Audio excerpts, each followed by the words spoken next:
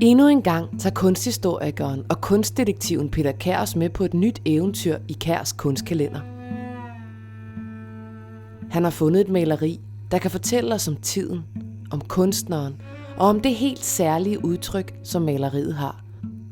Og ikke mindst, hvad i alverden skal vi bruge det til her og nu? Velkommen til Kunstkalenderen. Er det vigtigt for os at vide, hvem der har malet et maleri? Og har det nogen betydning for vores oplevelse af det, vi ser?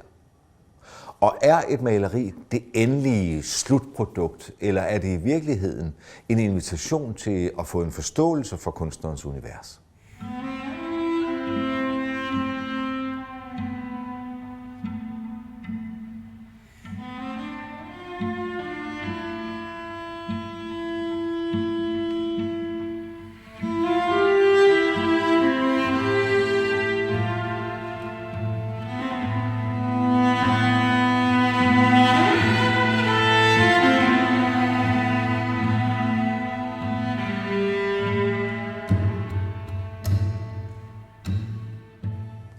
I dag skal vi fokusere på en væsentlig detalje. Vi skal simpelthen kigge på stenen. Hvad står der på stenen? Der står Elisabeth Jerichau B., der står Gisag, og et årstal 1807, og er det et 0 eller et 6-tal der. Det er, hvad vi kan se. Lad os starte med Elisabeth. Hun er født i Warszawa efter eget udsagn i 1819. Og hun er døbt Anna Maria Elisabeth Lesinska Baumann. Og hun boede i den nordlige del af Warszawa, heroppe ved citadellet, altså fæstningen, lige ud til floden Weissel. Og hendes far, han var fabrikant, og han fabrikerede kort. Så han levede simpelthen, og det levede man sådan relativt godt af, og fabrikere spillekort. Hvis vi går lidt tættere på, så kan man se, at det er Jan Felix Piwarski, en meget anerkendt polsk kunstner, der har skabt de her kort. Det var en fantastisk idé. Tænk, hvis stadigvæk var kunstnere, som hvert år lavede nogle nye spillekort. Og så kan man se, at det også er et kort, der spiller ind i den fortælling, der er i forhold til Polen, at Polen er et på det her tidspunkt relativt presset land, men den polske ørn er meget tydelig i kortspillet. Hun er interesseret i at tegne og male, og familien får hende til at modtage undervisning af en meget lært og meget pedantisk gammel miniatyrmaler. Ja, hun mener ikke, der er så meget at komme efter i Warszawa. De 2 afstøbninger, der er, dem får hun i hvert fald lavet indtil flere gange, og læreren er godt tilfreds. Hun vil videre, og Elisabeth tager til Berlin for at vise sine skitser til professor Hübner. Og Hübner siger, det er ikke godt, tag du bare hjem igen, find på noget andet. Men det siger man altså ikke til Elisabeth, så hun tager videre til Düsseldorf. Og Düsseldorf på det her tidspunkt, i kunstneriske kredse, er virkelig et omdrejningspunkt. Der eksisterer det, der hedder Düsseldorfer-skolen, som er toneangivende i Midt-Europa.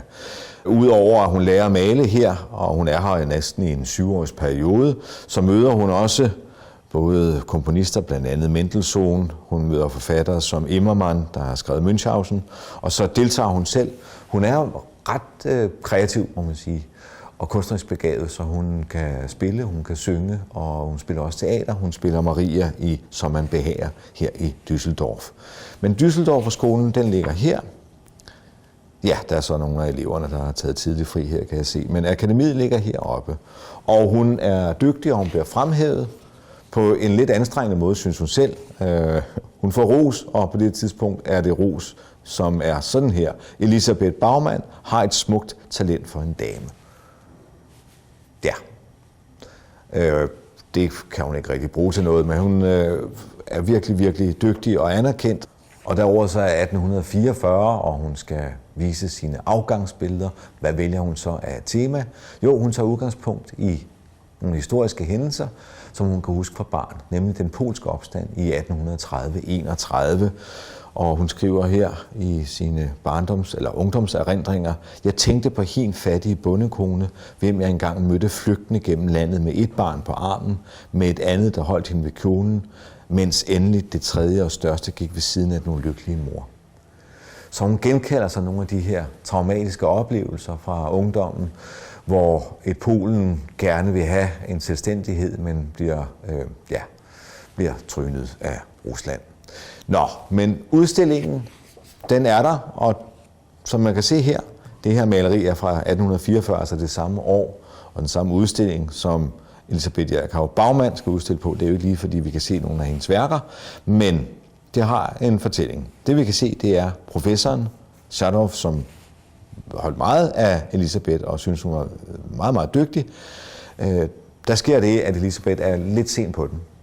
Så herrerne her er jo travlt i gang med at sætte værker op. Så der er ikke lige plads til Elisabeths værker. Og hvad gør man så? Ja, man klæder sig til professoren. Ikke denne professor, men en anden professor, den tjenestehavende professor.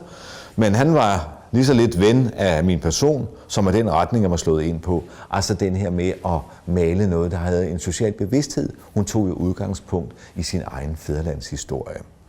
Men han siger, ham her, den vagthavende professor, at hvis du kan komme ind kl. 11, og du selv kan hænge det op, så er det fint. Der er nok ikke plads, men for mig må du godt stille det midt i salen på et stafeli, hvis der skulle mangle plads. Og det gør hun så. Og hvad er det, man lægger mest mærke til? Det er hendes værker. Og hun maler blandt andet her De flygtende polakker, og et andet værk i stil med det her. Og de bliver solgt. Hun får sådan en relativt god betaling for det, og det gør, at hun har mulighed for at drage videre i kunstens tjeneste. Så på spørgsmål om, hvad er det, der står på stenen, der står Elisabeths navn, fordi det er hende, der har malet maleriet. Så det var jo bare en lille detalje, men der er jo altid noget, der har aldrig ingenting.